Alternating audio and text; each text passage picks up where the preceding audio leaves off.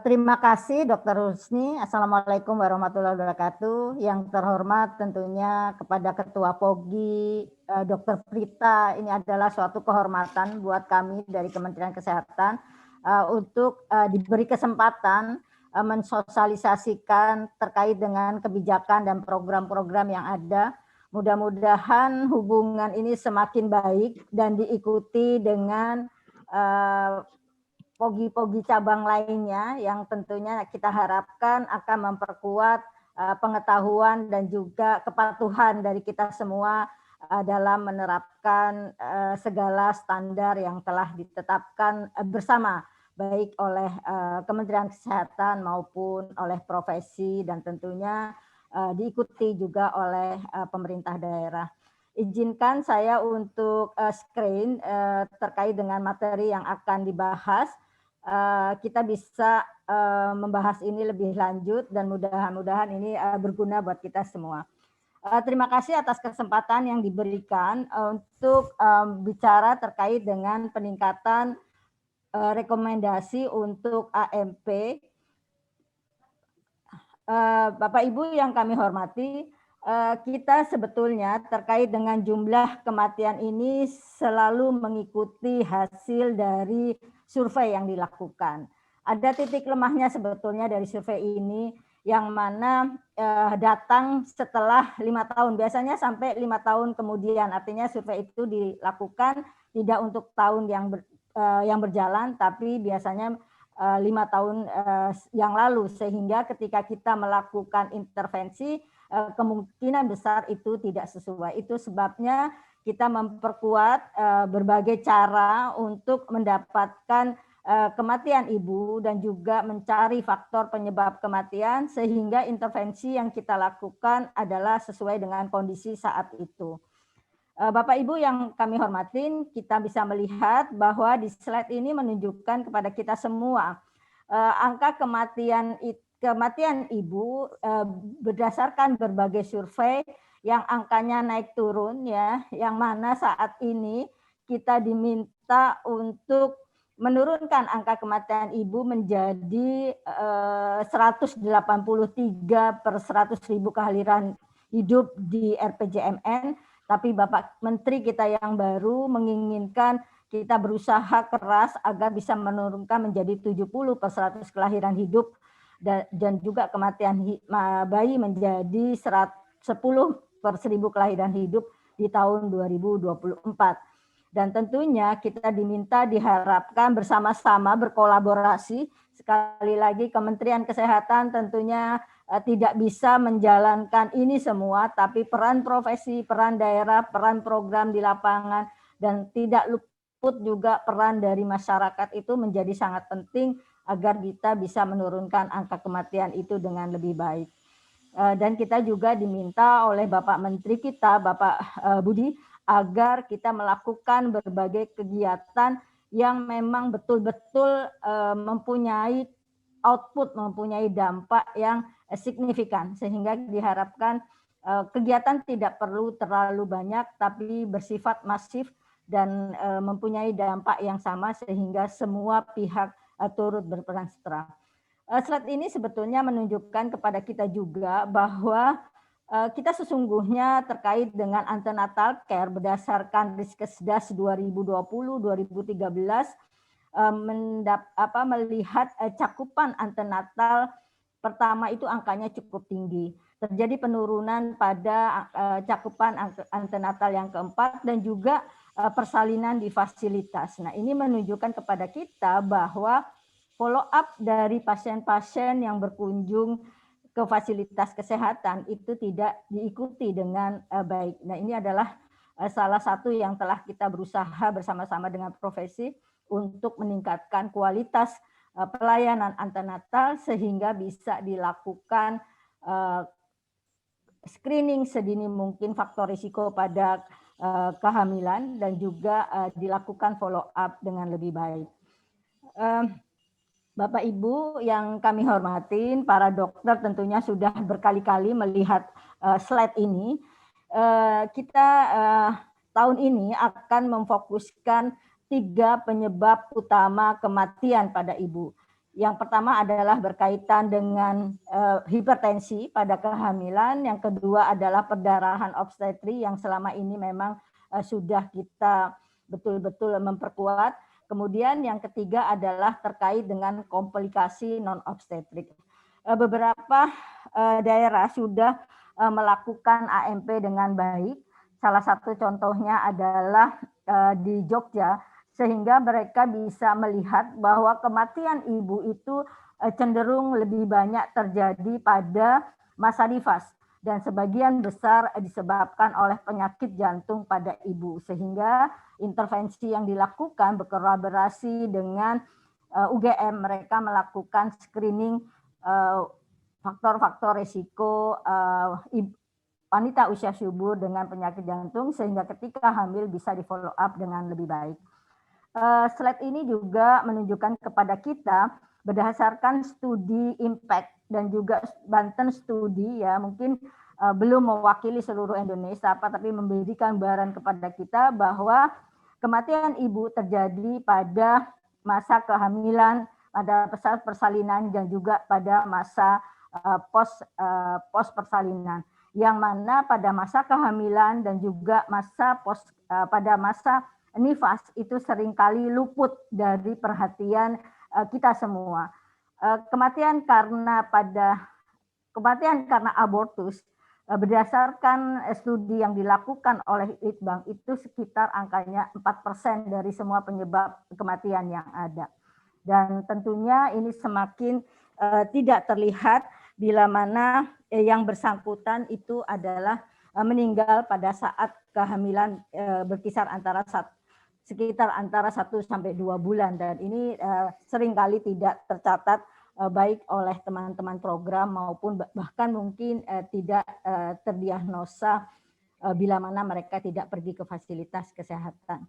Memang betul kematian ibu cenderung terjadi pada rumah sakit, yang mana ini menunjukkan kepada kita akses masyarakat semakin baik untuk menuju fasilitas kesehatan. Dan ini ditunjukkan efek samping dari JKN, ya, sehingga masyarakat lebih mudah untuk ke fasilitas kesehatan.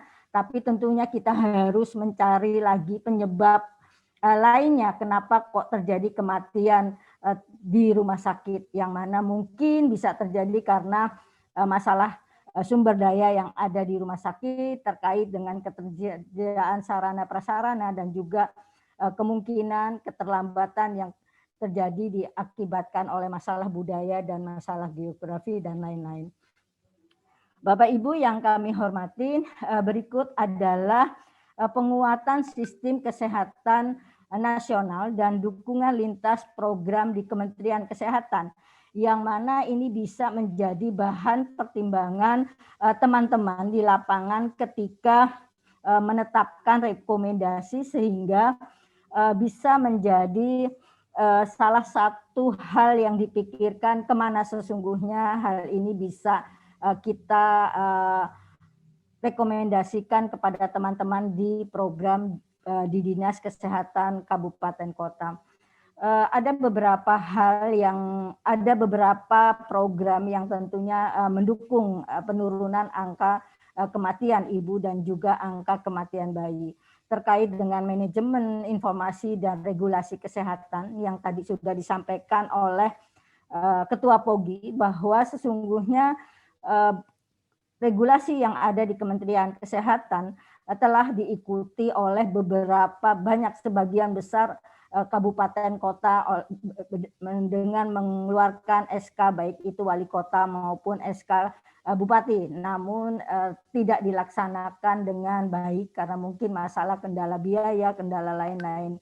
Tapi perlu kami sampaikan bahwa kami dari Kementerian Kesehatan dari program Direktorat Kesehatan Keluarga telah menganggarkan untuk pelaksanaan AMP minimal 3 kali, di dalam SPM 2020-2024 telah dicanangkan bahwa minimal 3 bulan sekali dilakukan AMP di tingkat kabupaten kota. Kemudian yang kedua adalah terkait dengan SDM, penempatan dokter di tingkat kabupaten kota ya. Kami 2 hari yang lalu mencoba untuk melihat sesungguhnya bagaimana sih sebetulnya ketersediaan para spesialis yang mendukung penurunan angka kematian ibu dan juga angka kematian bayi. Utamanya adalah terkait dengan ketersediaan dokter spesialis obsgin, spesialis anak, dan juga dokter anestesi. Ternyata memang di beberapa RSUD, di beberapa kabupaten kota, ada yang tidak memiliki tidak memiliki SDM tersebut ya. Tapi kami tidak melihat di rumah sakit lainnya ya. Dan ini tentu kita belum bisa mengeluarkan data tersebut karena kami harus melakukan verifikasi sampai ke level tingkat kabupaten kota betul ada atau tidak, sehingga jika hal itu sudah fix tentunya kita akan meminta bantuan dari profesi agar ada teman-teman dari profesi yang mau memenuhi penempatan para dokter spesialis di kabupaten kota tersebut. Kemudian pemberdayaan masyarakat ini menjadi salah satu faktor yang sangat penting yang sering kali dilupakan. Kita paham bersama bahwa pemerintah berupaya untuk menurunkan kematian ibu, menurunkan kematian bayi, dan juga menurunkan stunting. Yang mana saat ini keluhan yang terbanyak adalah tingginya perkawinan dan juga kehamilan pada anak-anak yang memiliki kontribusi ketiga tersebut. Ya, kami sangat berharap bahwa bagaimana kita memperkuat policy yang sudah dikeluarkan oleh pemerintah berdasarkan undang-undang untuk agar katakanlah kehamilan itu memang terjadi pada usia di atas 20 tahun, dan tentunya peran profesi dalam hal ini obsgin menjadi sangat penting, bersama-sama memberi pengetahuan dan juga kesadaran dari masyarakat baik para remaja maupun orang tua terkait dengan dampak dari pernikahan dan juga kehamilan pada usia dini. Kemudian ketersediaan farmasi dan alkes, kami mohon dengan sangat bahwa setiap kabupaten kota, setiap rumah sakit melakukan perencanaan dengan baik dan mengusulkan. Jadi biasanya di tingkat pusat tentunya hanya bisa mengedrop sesuai dengan permintaan dari daerah masing-masing. Kemudian pembiayaan kesehatan kami sudah pemerintah sudah menganggarkan terkait dengan JKN untuk masyarakat miskin melalui PBI. Kami juga memiliki jaminan persalinan dan sedang dilakukan evaluasi secara seksama terkait dengan pemanfaatannya dan juga adanya alokasi dana dekonsentrasi dan dana alokasi khusus. Ada dana alokasi khusus yang berkaitan dengan kebutuhan akan alkes itu menjadi salah satu yang memang harus diikuti oleh teman-teman di tingkat kabupaten rumah RSUD kabupaten kota. Kami mohon bantuannya para profesi dalam hal ini, dokter-dokter obsgin dan juga tentunya dokter SPA bisa memfasilitasi perencana di tingkat RSUD untuk meminta atau memohon kepada pemerintah di tingkat pusat terkait dengan kebutuhan alat-alat tersebut. Kemudian untuk Litbang terkait dengan monitoring evaluasi dan juga penekanan pada sistem pencatatan dan pelaporan, dan juga adanya berbagai upaya untuk meningkatkan kualitas pelayanan baik itu rumah sakit Ponek, puskesmas Ponek, kemudian ketersediaan UTD. Ada 41 kabupaten kota di Indonesia yang tidak memiliki baik itu UTD maupun BDRS, dan tentunya ini menjadi salah satu pemicu terjadinya kematian ibu dan juga kematian bayi dikarenakan tidak bisa tertolong secara cepat. Bapak Ibu yang kami hormati, berikut adalah pelayanan kesehatan ibu dan bayi terkait dengan ketersediaan, keterjangkauan, kualitas, dan kesinambungan dari pelayanan kesehatan ibu tersebut, di mana kita memprioritaskan dan juga strategi-strategi yang dilakukan dan stakeholder mana yang perlu kita rangkul agar pelayanan ini bisa dijangkau dengan lebih baik lagi. Kemudian mungkin ini sudah sering kali disampaikan ya, terkait dengan penguatan tata kelola di kabupaten kota melalui AMP SR, yang paling penting adalah identifikasi dan notifikasi kematian bayi. Kami sedang mencoba mengintegrasikan, sebetulnya bukan mengintegrasikan, bagaimana membridging terkait dengan penguatan pencatatan pelaporan kematian yang ada di kohort dengan MPDN yang sudah dikembangkan. Kita harapkan terjadi matching angka dan juga tidak terjadi duplikasi, sehingga semua kematian ibu yang ada di kohort itu mempunyai penyebab kematian yang sama, dan juga dilakukan tindak lanjut pada saat dilakukan AMP. Bapak Ibu yang kami hormatin, peran dari SPOG dan SPA adalah selain menjadi tim pengkaji, juga sebagai pembuatan rekomendasi. Dan ini tentunya mungkin agak sulit bila daerah tersebut adalah daerah yang cukup luas ya. Kemudian dokternya cuma satu pula ya, dan jumlah kematiannya banyak, dan tentunya ini kemungkinan besar membutuhkan peran dari para profesi, dalam hal ini mungkin POGI cabang atau mungkin dinas SPA, asosiasi dokter spesialis anak cabang dan sebagainya. Jadi kolaborasi antara profesi dan juga dinas kesehatan menjadi sangat penting. Kemudian selain itu peran dari profesi adalah sebagai advokator kepada pemangku kepentingan. Sekali lagi biasanya suara mereka jauh lebih didengar daripada kami yang dari program.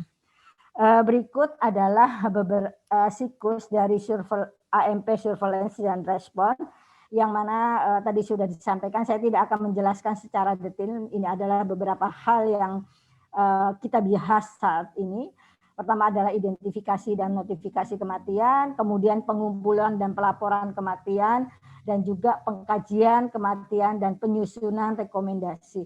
Mohon memang terkait dengan pengajian kematian ini, keterlibatan dari dinas kesehatan itu sangat penting ya, karena biasanya mereka itu kurang terlibat, jadi sangat tergantung dari keaktifan dari dinas kesehatan tersebut, yang mana ini tentunya bisa difasilitasi juga kolaborasinya dengan profesi. Kemudian yang keempat, yang paling penting adalah respon, monitoring, dan evaluasi. Tentunya semua pihak yang terlibat di dalam AMP surveillance dan respon ini melakukan evaluasi terkait dengan respon dari rekomendasi yang dihasilkan dan disepakati bersama. Bapak Ibu yang kami hormatin, berikut adalah proses penyusunan rekomendasi.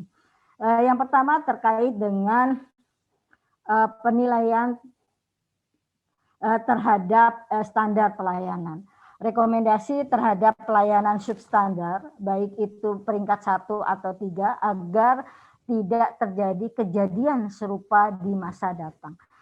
Adalah tidak mudah untuk menyampaikan, terutama pada pemberi pelayanan di tingkat primer, paling primer tentunya, bahwa tujuan AMP ini bukan untuk mencari kesalahan, tapi kita berupaya bersama-sama agar tidak terjadi kejadian yang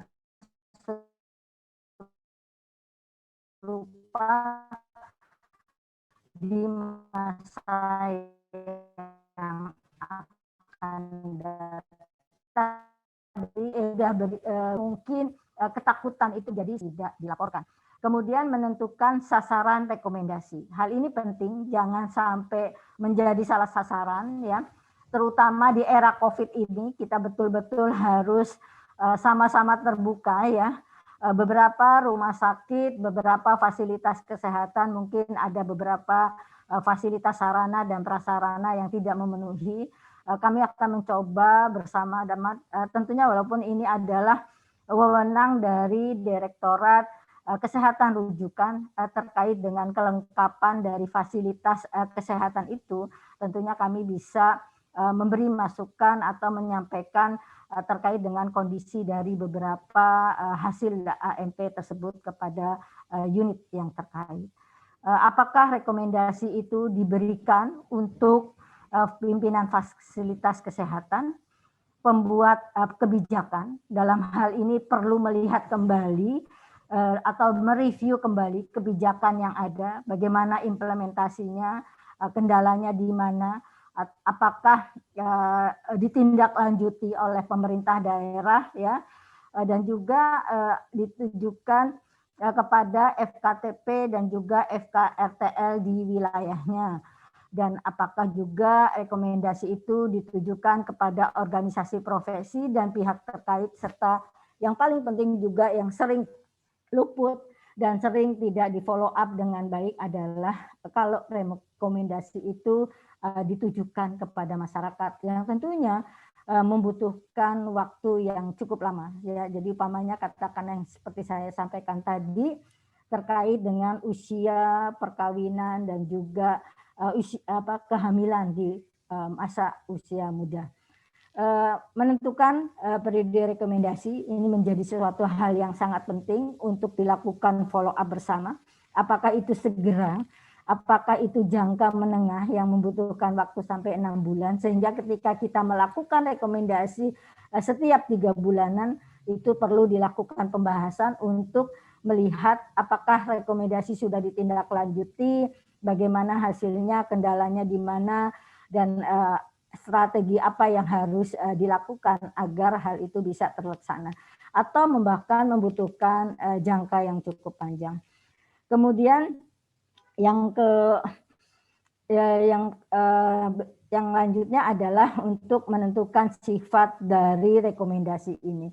Rekomendasi yang sifatnya umum tentu bertujuan untuk perbaikan sistem kesehatan sebagaimana yang sudah disampaikan pada slide sebelumnya, beberapa subsistem kesehatan, dan ini keterlibatan dari lintas program itu menjadi sesuatu yang sangat penting. Atau ini sifatnya khusus sehingga perlu dilakukan intervensi spesifik. Peran dari profesi ini sangat penting untuk menyampaikan terkait dengan hal-hal yang sifatnya khusus.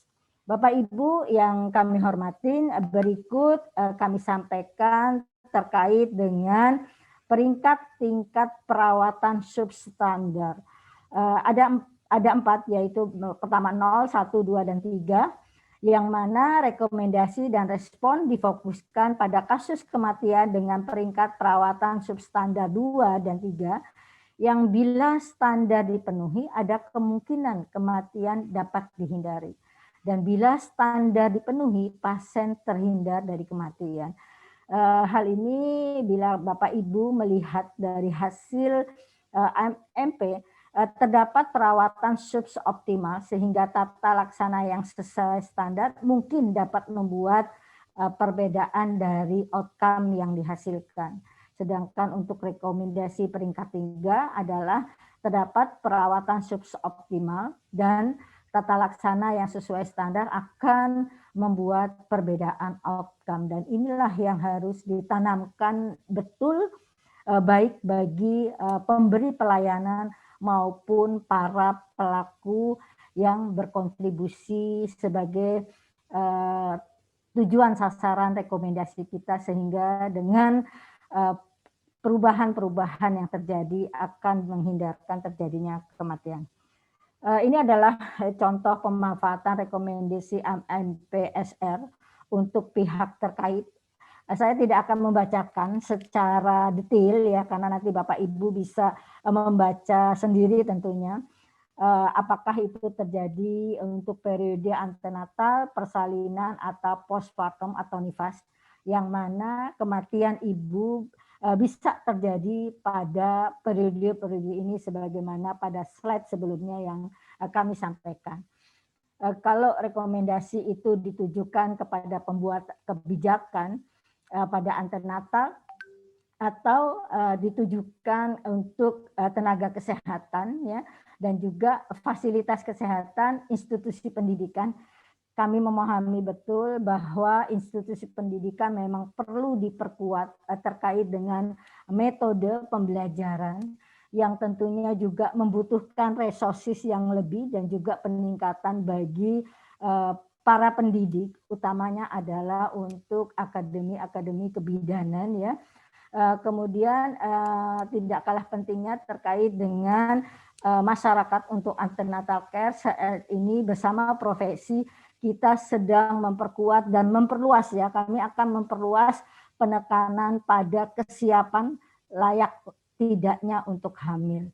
Dan ini menjadi penting karena dari hasil evaluasi yang dilakukan, ada dua hal yang perlu menjadi fokus perhatian untuk menurunkan kematian ibu dan juga kematian bayi ya, terutama adalah satu berkaitan layak tidaknya seorang wanita usia subur untuk hamil ya, dan yang kedua adalah terkait dengan kualitas dari antenatal care, yang mana ini kita akan berupaya bekerja sama dengan IBI dan juga menindaklanjuti kerjasama dengan POGI. Kita akan melakukan penguatan bagi tenaga-tenaga bidan dalam hal pelayanan antenatal care dan juga persalinan dan juga pelayanan pada masa nifas.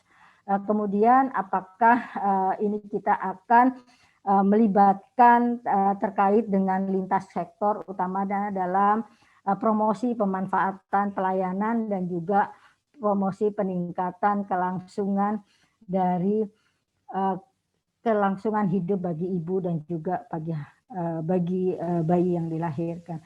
Bapak Ibu yang kami hormati, berikut adalah bagaimana terkait dengan penyusunan respon. Rekomendasi yang dibuat ditindaklanjuti dalam kegiatan respon. Respon perlu disesuaikan dengan kegiatan yang sudah masuk dalam perencanaan. Jika tidak, maka perlu diperhatikan sumber atau dukungan yang dapat digunakan dalam melaksanakan dan memonitor respon. Kenapa AMP ini boleh dikatakan jalannya tersendat ya? Tidak semua sih, banyak daerah yang memang sudah menghasilkan hal yang baik, tapi beberapa daerah, beberapa wilayah bahkan ada yang tidak melakukan ya. Tentunya tadi respon tidak dilakukan evaluasi terkait dengan respon dari rekomendasi, sehingga beberapa merasa dilakukan tidak dilakukan toh tidak ada feedback buat kami, tidak ada tidak ada penilaian buat kami, dan tentunya hal ini mungkin untuk beberapa masyarakat tertentu atau katakanlah teman-teman di lapangan itu menjadi sesuatu hal yang tidak menarik. Kemudian respon merupakan bagian dari penguatan sistem di kabupaten, di mana tidak hanya sektor kesehatan yang berperan dalam peningkatan kesehatan ibu, tapi juga merupakan bagian dari peran sektor lainnya. Beberapa hal terkait dengan kematian ibu sangat berkaitan dengan kuantil atau tingkat kesejahteraan dari perempuan tersebut, sangat terkait dengan keaktifan dalam menggunakan alat kontrasepsi, sangat terkait dengan pendidikan dari ibu tersebut, dan tentunya ini tidak hanya bisa dipegang baik kami dari sektor kesehatan maupun dari profesi-profesi dari sektor kesehatan, artinya butuh peran banyak pihak agar hal ini bisa terlewati. Bagaimana dengan pemanfaatan hasil AMPSR ini? Pertama adalah tentunya kita berupaya bahwa rekomendasi yang dilakukan itu bisa menjadi salah satu batu loncatan bagaimana kita berupaya sama-sama berpikiran untuk meningkatkan pelayanan kesehatan bagi ibu dan juga bagi bayi baru lahir. Kemudian kita juga dengan AMP ini berupaya untuk melihat secara komprehensif terkait dengan tadi sudah disampaikan terkait dengan SKN, sehingga kita bisa melakukan perencanaan program kesehatan ibu dan bayi baru lahir dengan melihat berbagai segi titik lemah dari sistem kesehatan yang ada di wilayah tersebut, ya. Kemudian dengan demikian akan lebih tepat lagi dalam mengalokasikan anggaran yang ada dari berbagai sumber yang kami sampaikan sebelumnya. Dan yang tidak kalah penting adalah bagaimana bersama-sama dengan pemerintah daerah untuk menentukan strategi yang lebih tepat lagi dalam upaya pembangunan daerah, khususnya dalam meningkatkan kualitas ibu dan juga bagi anak-anak yang dilahirkan. Demikian yang bisa kami sampaikan. Terima kasih. Wassalamualaikum warahmatullahi wabarakatuh.